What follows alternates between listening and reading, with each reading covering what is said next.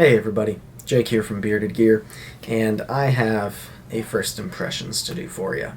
I've been on a little bit of a mall ninja kick. I borrowed the Emerson CQC7 from my buddy John, aka DTOM Knives. I recently bought the Microtech Hawk Auto, and I'm in the process of reviewing that as well. And my buddy Kyle from DTOM Knives And Gear, who's one of my best friends in the knife community. Really appreciate Kyle and what a good dude he is. He actually just hit 1,000 subscribers. So if you aren't one of those 1,000 and you're one of my subscribers, then please, his channel will be linked down below. Check out Kyle from DTOM Knives And Gear. He's just a great dude who pumps out a lot of great content about a lot of knives that I happen to like as well. Some knives that I happen to not like at all, but that's fine. We have a massive overlap in our tastes, and then there's some stuff on the fringes that we differ on, and that makes it fun. But he's had this knife for quite a while, and I don't think he really carries it all that much anymore. And he reviewed it like back when he first started his channel. It's just a knife that he still has, and I've been curious about the CRKT Provoke ever since. I guess it was Caswell Knives probably first kind of like broke the news about it being a thing, and Millet Knives was supposed to be making like the mid-tech versions of these, or I don't know if they'd just be high-end production or what you would call those. I think they've made some of them, but I'm pretty sure it's now been like 2 years, and those Millet-made ones are very expensive.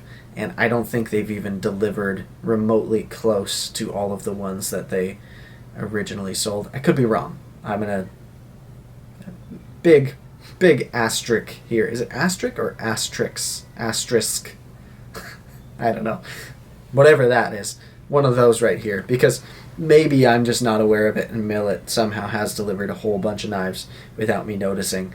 But I feel like they were supposed to do quite a few of these at Millet, and they didn't. And then like right after Millet seemed to like pre-sell a bunch of the ones that they were making, CRKT released this version. So ever since all of that happened, and I don't mean to necessarily drag Millet through the mud, but I find it interesting that I just still haven't seen many of those. Ever since all of that happened, I thought it was interesting and different, because this knife is interesting and different, and I was curious about it. But even this CRKT version of the knife is about $200. I see them on the secondary every now and then for less than that. There's been some different versions in different coating colors and stuff like that. Like I know there were some desert tan ones, I think, or flat dark earth that I'd seen. There might have been some OD green. I don't know. I've seen things happen with this, and I know a few people that have them, and some of which seem to like them. Other seem to say they kind of just like enjoy fidgeting with it, because as you'll see in a second, it's a cool mechanism that is fun to play with. But I don't know that I personally know anybody who's really into like carrying this as a knife that typically makes it into their carry rotation. To be fair, I'm not friends with a lot of like karambit guys to begin with, and this is a ringed karambit. So it seemed like the fitting time for me to reach out to Kyle and ask him if I could borrow this one, because with me reviewing right now currently the Microtech Hawk Auto, which is a big tactical hawk build, scary looking knife, and the Emerson CQC7, which is waved and kind of tactical. I don't know if this is true, but now that I just said it as I was calling it a tactical knife, does CQC stand for close quarters combat? I feel like it should. Maybe? I don't know that it would be the knife I'd pick for close quarters combat, because I, spoiler alert, don't really love that knife. But anyways, they're kind of tactical knives, more tactical than is regular for me. And so I've never tried a karambit even, not even just like a regular folding karambit or a fixed karambit. I've never had a ringed knife. And karambits in general are just, I've been very aware of them for a very long time, but they've never been that alluring to me. And I decided it's time to give one a shot. So I'm going to be not only reviewing the CRKT Provoke, but I will also be kind of doing a bit of one of my carry challenges where I see how it goes for me to carry and use a karambit. What I'm not going to do this time is make sure it's in pocket literally all day, every day for 7 days. That's typically what I do for my carry challenges. I don't want to carry this for 7 days. I would have to carry it in addition to whatever else I would typically be carrying. And this is not small or light or compact. So that's just not going to happen. I reserve the right to decide how much I'm going to carry it. But I'm going to spend about a week with it. I'm going to carry it at least a solid few times. I'm going to do a little bit of cutting with it, and we're just going to feel it out and see how it goes. Maybe after having it in pocket a few times, I carried this for 2 half days so far since it got here. Maybe after doing it a little bit more, I'll find I kind of get hooked. I'm open to that happening. If that happens, so be it. I don't see that happening. Of all the carry challenges I've done, I'm probably going into this one. I'm always willing to be convinced, but I've been more excited than this. So let's talk about my first impressions of the knife, and keep in mind I will be doing that carry challenge with it. So first things first.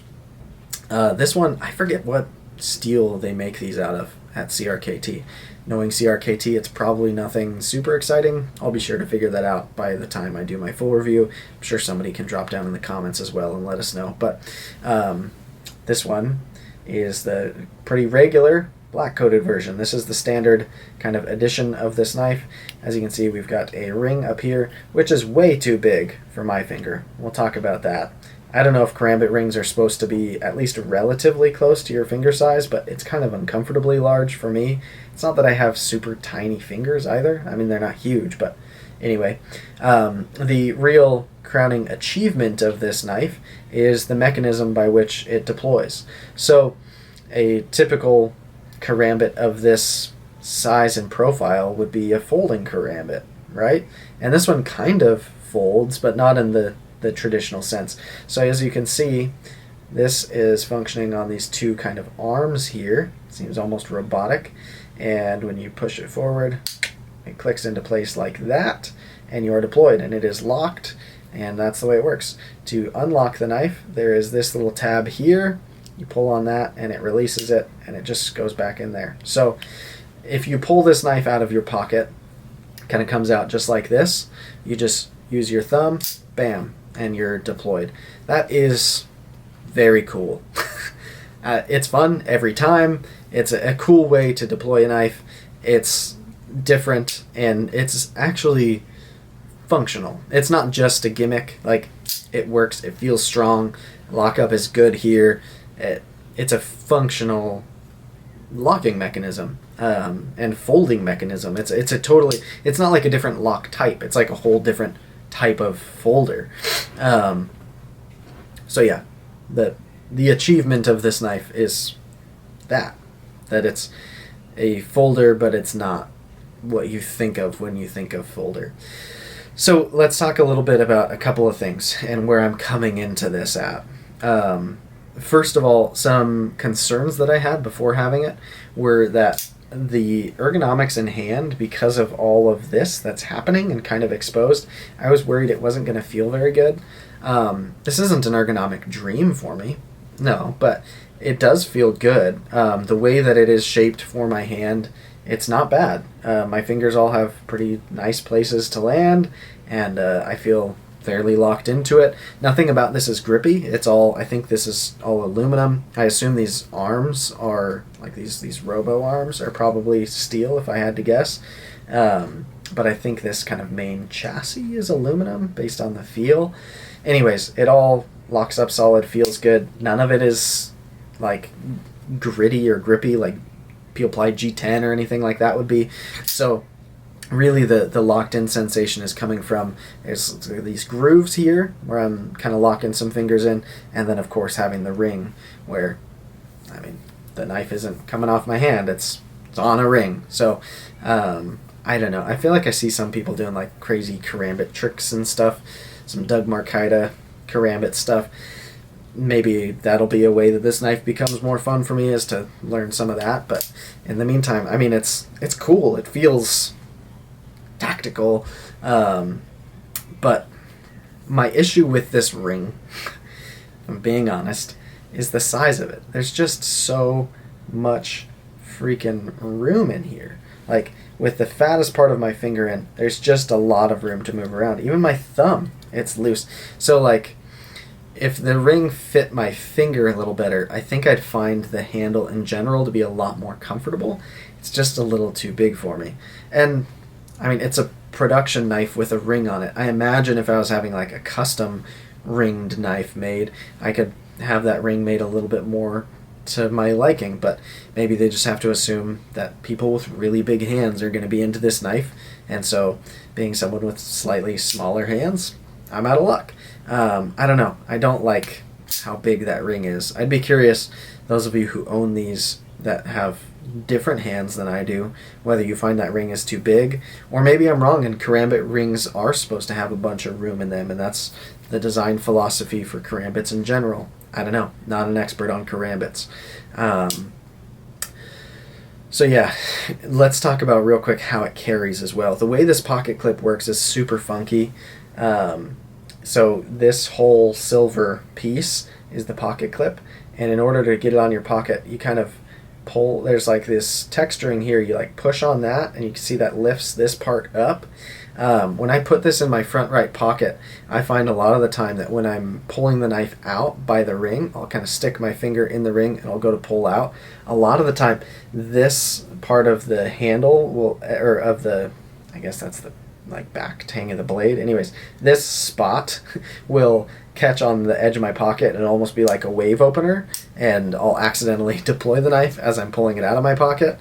I guess that's another point for being tactical. I don't know. I'm not big into waves and pocket opening methods personally.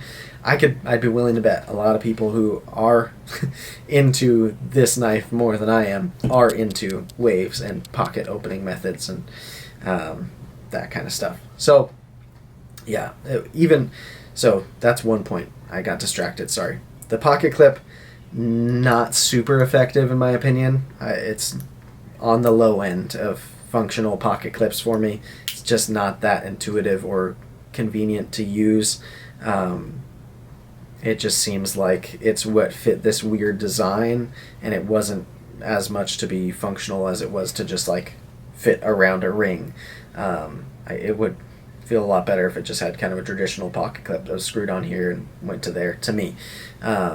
You could have a bend in the clip and all the stuff that gives it the type of retention I'm used to, and the ease of going in and out of pocket like I'm used to on more regular folders.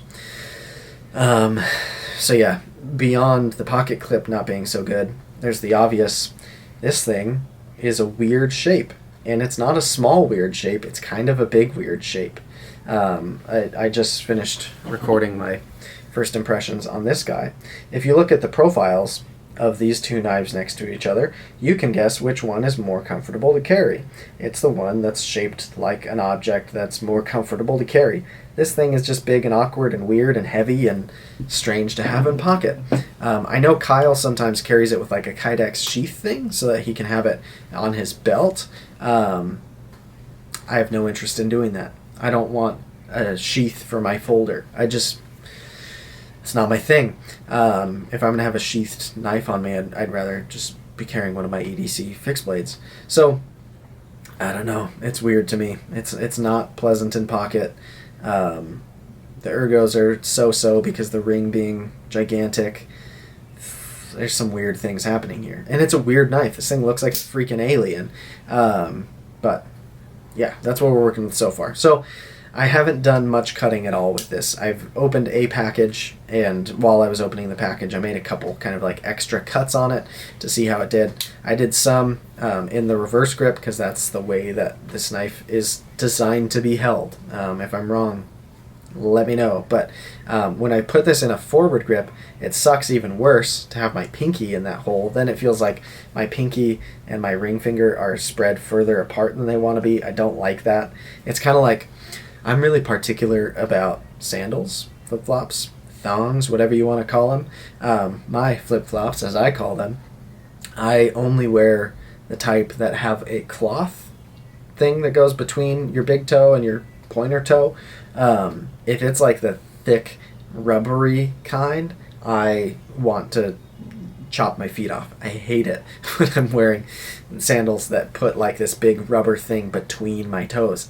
It drives me nuts. This feels like that, but in my hand. So when I'm holding this in a more typical like forward grip, I don't even use the ring. The ring goes back here, and then I'm kind of weirdly close to the edge, and it puts like this hump oddly in the palm of my hand, and it all of a sudden feels kind of sharp right there. It's kind of hot spotty.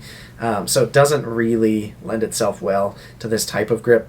But if I was only carrying this knife, if this was the only knife that was on me, and I needed to do like extensive opening a bunch of boxes and stuff, it's not convenient for me to open boxes in a reverse grip like this. It just, I'm finding I like hawksbill blades that have a curve like this, but I like them when I can hold it and use it like a regular knife and kind of make like dragging cuts through.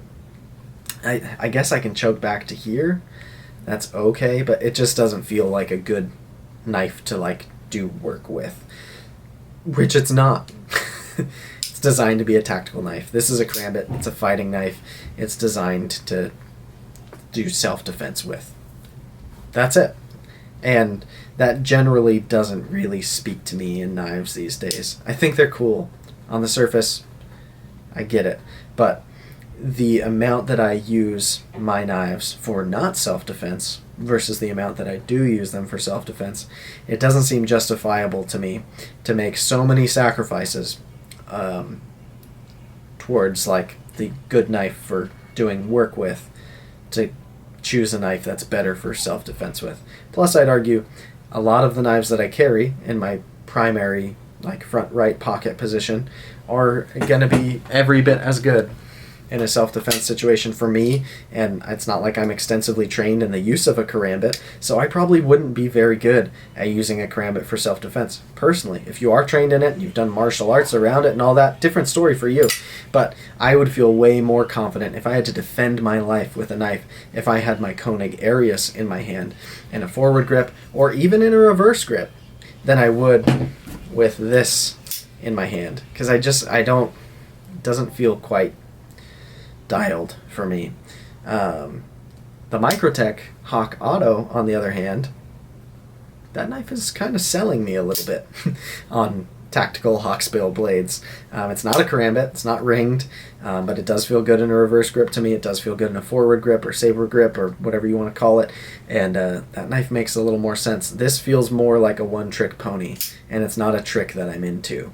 So there you have it. I guess those will be my first impressions of this very interesting knife. I'm really glad that I'm experiencing this one. I know I'm being a little critical of it because honestly I'm feeling pretty critical about it, but I'm glad that I'm experiencing it. There's been a couple of times where I've actually almost bought one of these just out of curiosity, but like $200 on a CRKT for curiosity, that's the reason why I haven't. It just seems wrong to me.